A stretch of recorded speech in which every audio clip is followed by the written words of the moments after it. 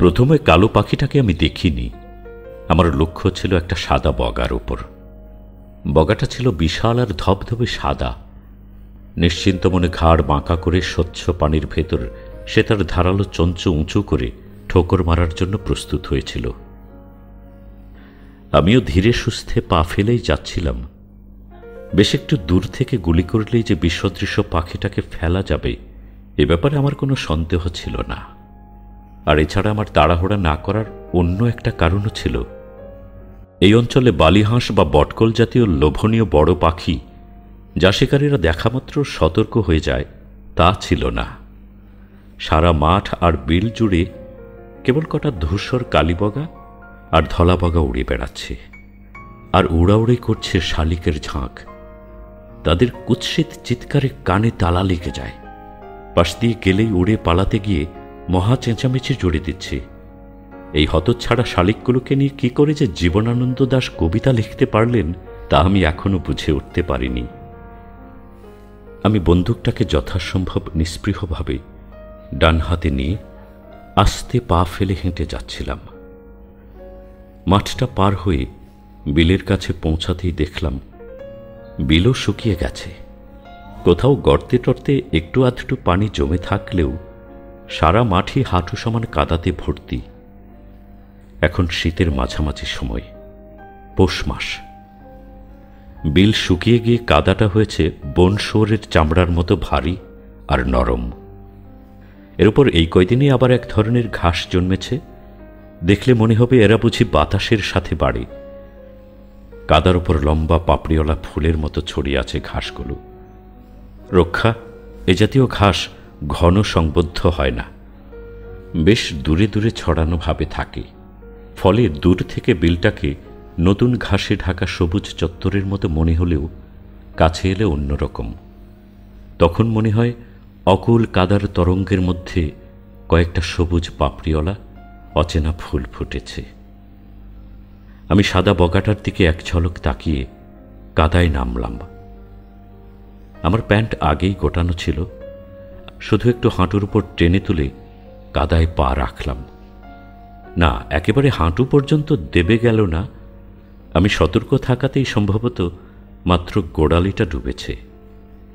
এখন থেকে আমি পা টেনে সতর্ক হয়ে হাঁটছিলাম। বগাটাকে এখন প্রয়োজনীয় দূরত্বের মধ্যে দেখা যাচ্ছে। আর একটু এগিয়ে গিয়ে একটু সুবিধামতো জায়গা থেকে গুলি করব। আমি সেরকম সুবিধামতো একটা জায়গা খুঁজছিলাম। আমার সামনেই ছিল পাপড়িওয়ালা ঘাসের একটা বড় সড়ো সবুজ ফুল। এর উপর দাঁড়িয়ে তাক করলে মন্দ হয় না। আমি আস্তে আস্তে, যাতে ঘাসের পাপড়িগুলো দেবে না যায় এমনভাবে পা টিপে উঠে দাঁড়ালাম। আমার পায়ে জুতা ছিল না। ঘাসের চাবড়াটা একটু চেপে গেল বটে, কিন্তু বেশি দূর দেবে গেল না। আমি আরো সাবধানে দুই পা ফাঁক করে দাঁড়ালাম।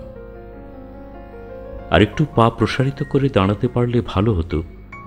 গুলি চালাতে বেশ সুবিধা হতো। বন্দুকের ধমকটা বগলের নিচ দিয়ে চালিয়ে দেওয়া যেত। ঘাসের চাবড়াটা এত বড় নয় যে আর একটু সুবিধা করে দাঁড়ানো যাবে। আমি একবার চারদিকটায় নজর বুলিয়ে নিলাম। আমার পেছনে প্রায় 1.5 মাইল দূরে আমার শ্বশুর বাড়ির গ্রাম দেখা যাচ্ছে। বারবাড়ির ঘরের সামনে আধশুকনো খড়ের স্তূপে দুটি গায়ে মুখ লাগিয়ে খাচ্ছে। পাশে বিশাল আম গাছটা দাঁড়িয়ে। আমি বন্দুক নিয়ে রওনা হওয়ার সময় আমার স্ত্রী আদিনা রসিকতা করে বলেছিল, আমার জন্য ধনেশ পাখির ঠোঁট নিয়ে এসো। না ফেরা পর্যন্ত আমি এখানেই গাছের নিচে দাঁড়িয়ে থাকব। থাকো দাঁড়িয়ে, শুধু ধনেশ পাখির ঠোঁট কেন, তোমার জন্য বাতাসের পালক তুলে নিয়ে আসব। আমার কথা শুনে আদিনা মুখে কাপড় চাপা দিয়ে এমনভাবে হেসে উঠেছিল যে হাসির কাঁপুনিতে তার পিঠটা নুয়ে পড়েছিল। সে হাসতে হাসতেই আশপাশে পেছনে চেয়ে দেখছিল। শেষে কেউ আবার আমাদের স্বামী স্ত্রীর হাসাহাসিটা দেখে ফেলে এ ভয়ে আদিনা তটস্থ। আমাদের বিয়ে হয়েছে আজ 7 দিন। আমাদের ঠাট্টা মশকরা মুরব্বীরা কেউ দেখে ফেললে ভারী শরমের ব্যাপার হবে বলে আদিনা মনে করে।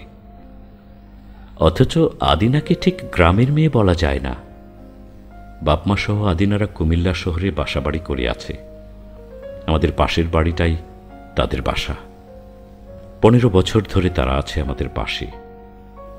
তার আব্বা গোমতীর বাঁধের 3 নম্বর তদারকি অফিসার।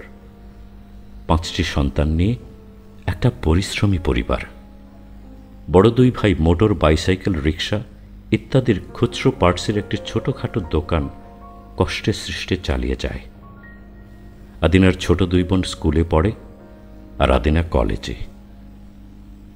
এবারে মেট্রিক পাশ করে কলেজে ভর্তি হয়েছে। আর ভর্তি হওয়ার পর আমাদের বিয়ে, আমার বউ। আমি দেখলাম ধনেশ পাখির ঠোঁটের আশায় আদিনা আমের ছায়ায় দাঁড়িয়ে নেই। আমি মুখ ঘুরিয়ে সামনের দিকে তাকিয়ে দেখি আমার লক্ষ্যবিন্দুটি আমাকে এভাবে দাঁড়িয়ে থাকতে দেখে গলা বেশ লম্বা করে দেখছে। হাবভাবটা চকিত হয়ে উঠেছে। আমার আর বেশি দেরি করা ঠিক হবে না। আমি আমার একনলা বন্দুকটা সোজাসুজি সামনের দিকে তাক করলাম। আশ্চর্য, পাখিটা কি ভেবে যেন তার ভয়ের ভাবটা মুছে ফেলে আবার পানির দিকে মুখ নামিয়েছে। গুলি করলাম। পাখিটা তাসের ঘরের মতো পানির উপর সাদা 2টি বড় পাখা খুলে বিছিয়ে দিল। একটু নড়ছে না। বন্দুকের আওয়াজ বেশি বড় হলো না, কিংবা হয়তো বেশ জোরেই হয়েছে, আমি ঠিক ধরতে পারিনি। সব শিকারীরই গুলি করার মুহূর্তে স্নায়ু উত্তেজিত থাকায় কর্ণকুহরের শব্দের ধাক্কা কোনরূপ ক্রিয়া করে না বলে জানি। আমারও বোধহয় তেমনই ঘটল। আমি বন্দুকটা ভাগ করে কার্তুজের খোলসটা ফেলে পেছনে তাকালাম। হ্যাঁ, বন্দুকের শব্দে আদিনা আমার 2 শালিকে নিয়ে আম গাছের নিচে এসে দাঁড়িয়েছে। শালিরা হাত নেড়ে কি যেন বলছে। আমিও হাত তুলে সাড়া দিলাম। আর ঠিক তখনই কালো পাখিটাকে দেখলাম। চান্ধল বিলের পাশ দিয়ে যে ছোট খালটা মেঘনায় গিয়ে মিশেছে, সেই খালের কিনারায় নাও বাঁধার একটা শুকনো বাঁশের আগায় পাখিটা উড়ে এসে বসল। কালো একটা বড় সাইজের পানকৌড়ি। আমার অবস্থান থেকে বাঁশটা 25 গজ হবে না। পাখিটা বসার সময় একটা সুন্দর শব্দ করছিল আর ভেজা পাখা নাড়ছিল।